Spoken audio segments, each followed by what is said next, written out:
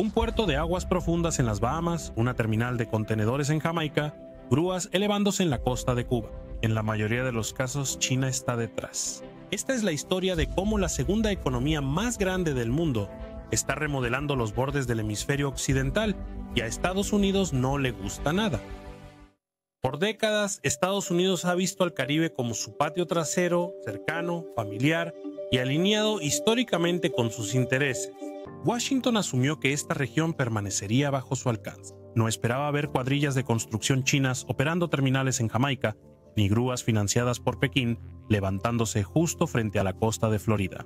Eso es lo que pasa y de eso Estados Unidos casi no habla. Con la atención de Estados Unidos en otros sitios, China ha ofrecido préstamos, ingeniería y apoyo duradero, sobre todo en países con infraestructura rezagada por décadas. Y mientras la mayoría de la gente no está prestando atención, esto está ocurriendo justo frente a la costa de Florida. La pregunta es simple, ¿por qué?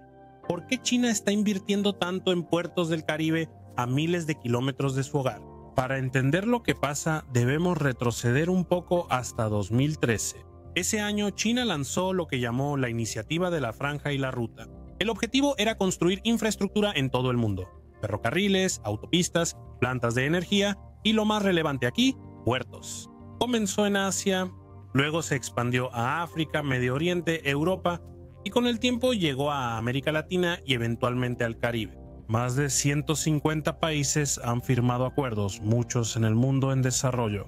Y para China estos proyectos no son solo por buena voluntad. Conectan rutas marítimas, mueven productos, ayudan a las empresas chinas a hacer negocios y le dan a Pekín voz en cómo fluye el comercio global. Más del 80% del comercio exterior de China se mueve por mar. La seguridad y el acceso en el mar son importantes. Si tu economía depende del transporte marítimo, buscas opciones y aliados que faciliten el movimiento eficiente de mercancías. Por eso China financia u opera más de 100 proyectos portuarios en el mundo. Algunos pertenecen a China, otros son arrendados y otros empresas conjuntas. Lo común es su ubicación, el Caribe. Puede no parecer prioridad, pero si miras bien lo es. El Caribe no es solo un conjunto de islas y resorts vacacionales, también rodea el Canal de Panamá. Está ubicado en rutas que enlazan América del Norte y del Sur, cerca de puertos estadounidenses, refinerías y rutas marítimas militares. Para China, estar aquí tiene sentido por el comercio y la ubicación. Tomemos a Jamaica como primer ejemplo. Está en un cruce de rutas marítimas cerca del Paso de los Vientos y el Canal de Panamá. Kingston, su capital, tiene uno de los puertos de contenedores más activos de la región. En 2016, el gobierno jamaiquino entregó la administración de ese puerto a un consorcio extranjero que incluye a una empresa estatal china, China Merchants Port. Desde entonces, Kingston creció y ahora recibe barcos más grandes. Ahora es clave en el traslado de contenedores entre América Latina, la costa este de Estados Unidos y otros destinos. China no es dueña total del puerto, pero forma parte de la operación y eso le da influencia, no solo sobre la infraestructura, sino también sobre las cadenas de suministro que pasan por ahí. Pero la participación continuó más allá de los muelles. Unos años antes, China también financió una autopista importante que conecta Kingston con la costa norte. El proyecto costó más de 700 millones y fue construido por una empresa constructora china. A cambio, la empresa obtuvo una concesión de 50 años para operar tierras cercanas. Para el gobierno jamaiquino, esa carretera era necesaria. Desde la perspectiva de China, esto permitió lazos económicos duraderos. Algunas propuestas fueron más ambiciosas. En cierto momento se planeó construir un gran centro de transbordo en las Islas Gold, que son protegidas. Ese proyecto fue cancelado tras la reacción negativa de ambientalistas y residentes locales. China sigue siendo un socio clave en infraestructura en la isla y el puerto de Kingston sigue creciendo.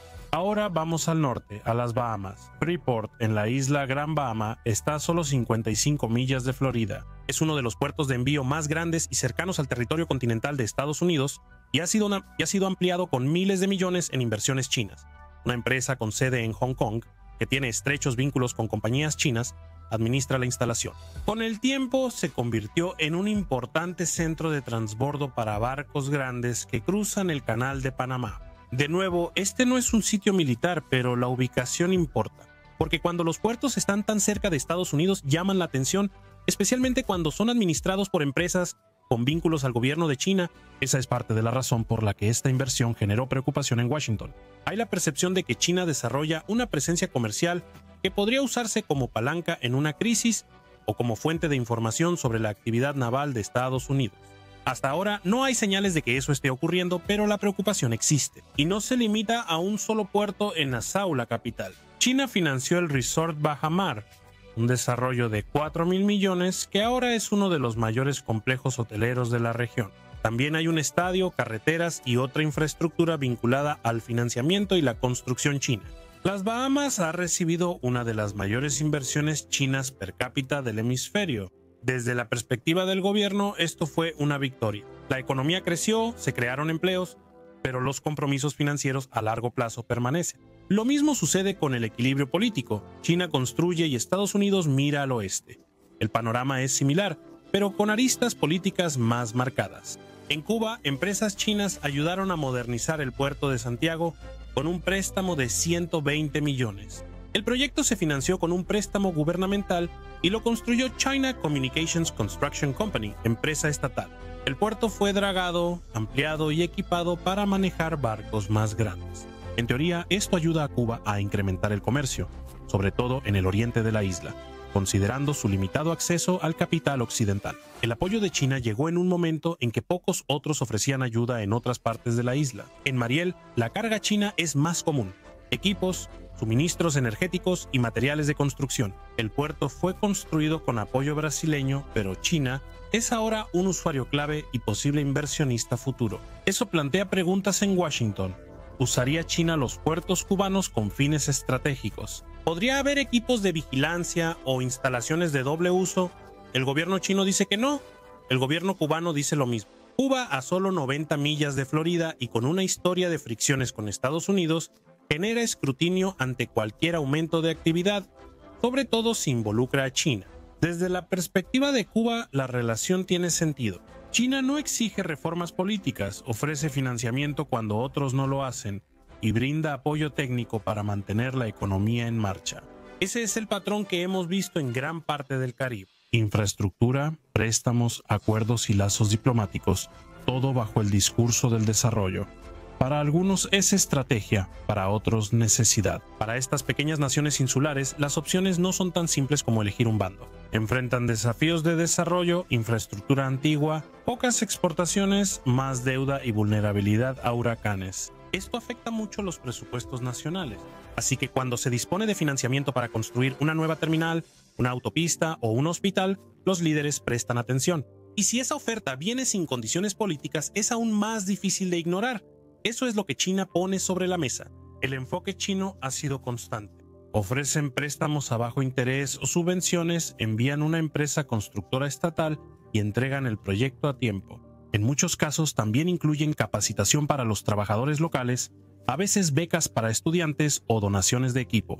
Y desde una perspectiva caribeña hay un beneficio práctico. Estos son proyectos que se construyen rápido y a menudo con menos obstáculos que los programas de ayuda occidentales. Las desventajas son reales como la deuda. Algunos proyectos ofrecen plazos de pago de 20, 30 o hasta 50 años. Si la economía crece, los préstamos son manejables. Pero si los ingresos no llegan, los gobiernos quedan con obligaciones difíciles de evitar. Críticos citan el caso del puerto de Hambantota en Sri Lanka, donde préstamos impagos permitieron que una empresa china controlara las operaciones por 99 años. Caso más complejo que lo que dicen titulares, pero ya es referencia de problemas en el Caribe. No ha ocurrido ninguna transferencia así, pero la preocupación existe. Luego está la capa geopolítica. Estados Unidos ha observado todo esto con creciente preocupación. Por más de un siglo, Washington ha considerado al hemisferio occidental su zona de interés especial. Esa forma de pensar no desapareció después de la Guerra Fría. Así que cuando China comienza a invertir en infraestructura crítica en todo el Caribe, a solo unos kilómetros de las costas estadounidenses, se encienden las alarmas. En los últimos años, los funcionarios estadounidenses han dejado clara su postura. Han advertido a los países caribeños sobre acercarse demasiado a Pekín. Han expresado su preocupación por la deuda, por la infraestructura de doble uso y por la influencia. A veces han seguido las advertencias con acciones. Nuevos programas de ayuda, más visitas diplomáticas, promesas de financiar energía renovable, educación y salud pública. Parte de esto es bien recibido, pero también revela lo que faltaba para muchos líderes caribeños. La cuestión no es por qué China está aquí, sino por qué Estados Unidos y Europa no hicieron más antes. Ellos dicen que China intervino cuando otros no lo hicieron y financió infraestructura ignorada por décadas. La región no debe ser usada como peón en rivalidades ajenas. Los funcionarios chinos dicen que sus proyectos se tratan de comercio y cooperación, que siguen las leyes locales, que no están construyendo bases militares y que la diplomacia de la deuda es un mito. Impulsada por críticos que no desean el éxito de China en el mundo, existen datos que respaldan ese argumento. En muchos países del Caribe, China ha reestructurado la deuda cuando se le ha solicitado. Ha cancelado algunos préstamos sin intereses y no ha tomado el control de ningún puerto caribeño ni de ningún bien público como resultado de la falta de pago. Entonces, ¿a dónde lleva todo esto? El papel de China en el Caribe suele describirse como estratégico, aunque para muchos países ha sido más práctico. Estos proyectos portuarios no surgieron por ideología, ocurrieron porque había demanda, y China respondió. Había financiamiento disponible, la construcción avanzó rápido, y las asociaciones que siguieron se basaron en lo que cada parte necesitaba. Estados Unidos todavía mantiene lazos fuertes en la región, pero durante años la infraestructura a gran escala no fue parte de su enfoque. Ofrecían ayuda, diplomacia y capacitación, pero no financiamiento a largo plazo para puertos, carreteras o energía, al menos no a la escala o velocidad que muchos de estos gobiernos estaban buscando. Ahí es donde China intervino y por eso la relación sigue creciendo. Es fácil ver esto como una competencia, pero para los países de la región a menudo se ve más simplemente como una elección entre esperar o avanzar. Estos puertos son clave para el futuro regional y China, al construirlos, ya tiene un lugar asegurado. Para ser honesto, Estados Unidos pudo hacerlo, pero eligió no hacerlo. La pregunta no es solo por qué China está aquí, sino por qué nadie más estuvo. ¿Tú crees que los países deben rechazar el desarrollo solo porque incomoda a otros? Cuéntanos tu opinión en los comentarios.